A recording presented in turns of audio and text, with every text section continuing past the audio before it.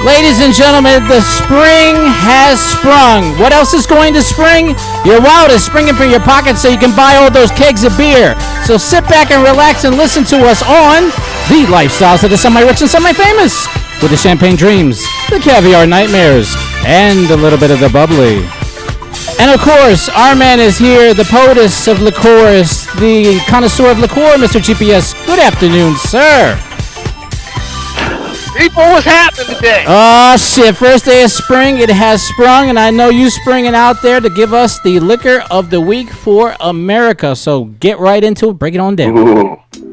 Okay, so March came, and it's all the, St. Patty's Day, Scotch whiskey, Irish whiskey, blah, blah, blah, blah, blah. Mm-hmm. What do we do now? First day of spring. Yes. Okay? March is getting ready to go on out. Mm-hmm. We have to take it in a little bit different direction. So, Okay. and I've lost sleep over this all week, almost. No, that's your third job. That's what causes you to lose sleep. So go one ahead. day I came up with the perfect idea. All right. Break it down. And I heard a story Uh-huh. about a guy. His name is Nathan Nearest Green. Okay. Nathan Nearest Green used to work for a guy as a master distiller. Okay. This would have been around 1800 slavery time. So, slavery time, almost Emancipation Proclamation. Okay. So, 1865. as I'm reading the history, I'm believing that Nathan went to the guy, his slave owner, whatever you want to call him at that point, and said, "Look, we got a pretty good thing here. I'll keep making whiskey for you. You maybe have to cut me a little bit bigger check, but you in turn can make more money. I think I see where this is going. There'll be more money to go around. Fine." Nathan stays on as this guy's master distiller. In time, there's another young lad that comes along, and the boss says, "Nathan, I want you to teach this guy what you know." Nathan, in turn, teaches this younger guy, also to become a master distiller. That young guy, as... I just see it coming. Yup, I knew it. I knew that's what it was. I knew the story. Jack Daniels. Okay. Hallelujah. However, the teacher kept on making hits. Oh, Uncle Nearest. So what we have here is some Uncle Nearest, 1884. There's also an 1856, and there's an 1826. They're not available in New Jersey yet, but hey, I'm always on the hunt. I'll find it. You will. Okay? We know that. And the owner, her name is Fawn Weaver. Since this is Women's History Month. Yes, absolutely. Bam! Shout out to Women's History Month, of course. We don't forget. I figured this would be a good way to tie it all in. Absolutely. So now that's a great way to tie it in. Mm-hmm. We can, go with the whiskey. We got Women's History Month happening. Yes. And now we got a little Black History happening. And now we're about to try this out right now. That's right. Taking it fresh. Lord. Wait, here we go. Get that crack in there. Come on. Oh, man. That must be... Oh, what's this? You know what, GPS? I thought you were gonna say Johnny Walker, man. Oh no, that was the other week. With the other week, Stephen, we had not only Johnny but Jane Walker. We had a nice little Johnny and Jane talk and everything like that. So, yeah, we never really. I never really knew about Jane Walker until GPS kind of enlightened me about that. So go ahead, GPS. Let's go on ahead and have us a little crack at this. Okay. So we can say that this is another world exclusive of Mr. GPS. Yeah. And let's look at that bottle again. 1884. 1884 of Uncle Nearest small batch whiskey. So this is the world exclusive of Mr. GPS with Uncle Nearest 1884 small batch whiskey. All right. Let's see what we got. Cheers. All right. Small batch, and it's never a small batch with GPS. We know that. So, okay. What we got? So what's that set you back? What's that bottle set you back, though? Not that expensive, is it? I want to say $40, give or take. Okay. Mm-hmm. And where'd you get that, sir? 40 and 50. Oh, Roger Wilco. Roger Wilco. Shout out to our boys at Roger Wilco. So, Now, which Roger Wilco you go to? Pensacola, right over there on the right. God bless Roger Wilco.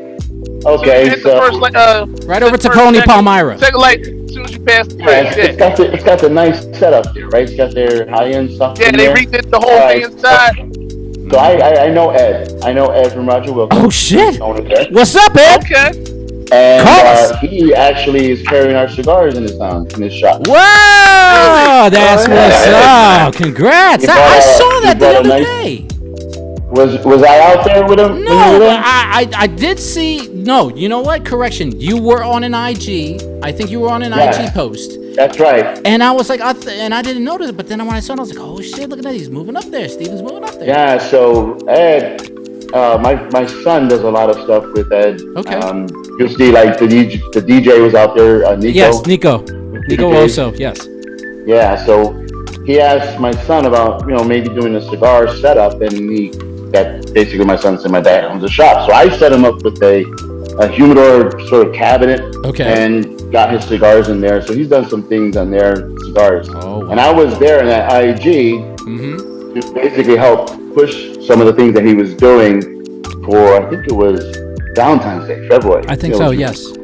You're correct. I was out there just to mingle with the customers and sell cigars for him. So that's where you go, GPS. You want to go ahead and try that. I was hoping at some point I'll do a pairing event there. He's got a great selection of stuff.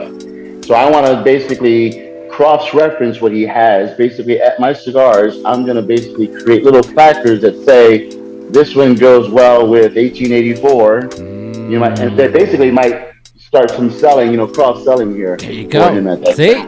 Steve's always thinking. Thinking ahead, man. I'm telling you. Multi-billionaire soon enough. It's happening, people.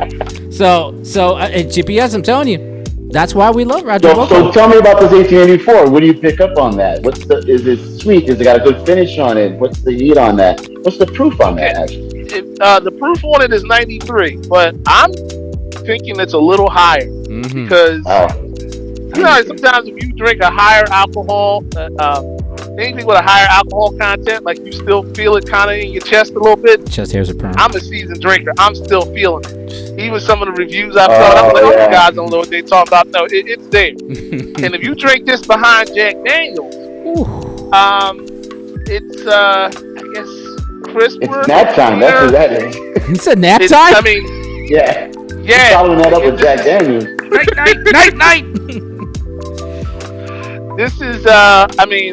This is gonna put you down. This is you're saying that's got a nice finish on it. Then that finish is lingering. It's smooth, but it's got a kick. That's the way I want to. Some of the bourbons will hit you, and it's more of a burn. But I like the ones that have the finish, like it just coats. It coats you down, so you got that lingering. Like you be talking maybe 5 minutes later, and you still got the coating in there. So you're even probably now. right, I feel that. Yeah, because at Knob Creek, we had a Knob Creek that was 120. Ooh. And that has it was Passion Vines did an event here. We did a pairing with their private barrel with Knob Creek, 120 proof, and we paired that up with a strong cigar. But the finish on that will linger. I mean, actually, the first time you drink it, you're going to feel the heat, right? Nice. And then all of a sudden, you don't feel the heat anymore. You know why? Because that thing is still lingering. It's almost like the legs of the wine. Oh. You ever see them swirl the wine around? Yeah. What they want to see is how the viscosity of that wine is. When the legs start to pull down the glass, and it's really slow, and you could do that with the bourbon. You can swirl that bourbon around, and you see the legs. If the legs don't start, and then they're slow, let's say, you know that finish is going to sit in your esophagus all the way down for a while. So you want to swirl that around. You want to swirl that bourbon or whatever you're drinking and see how the legs are. Wine has the same thing. It has legs. It'll start swirled up. It's like coating. It has that finish. It's the coating. Exactly. That's the coating. So when you do that first draw of that bourbon that's 120, 95, whatever proof, and it's got that coating on there, he's gonna the do it first one again. is always the best one.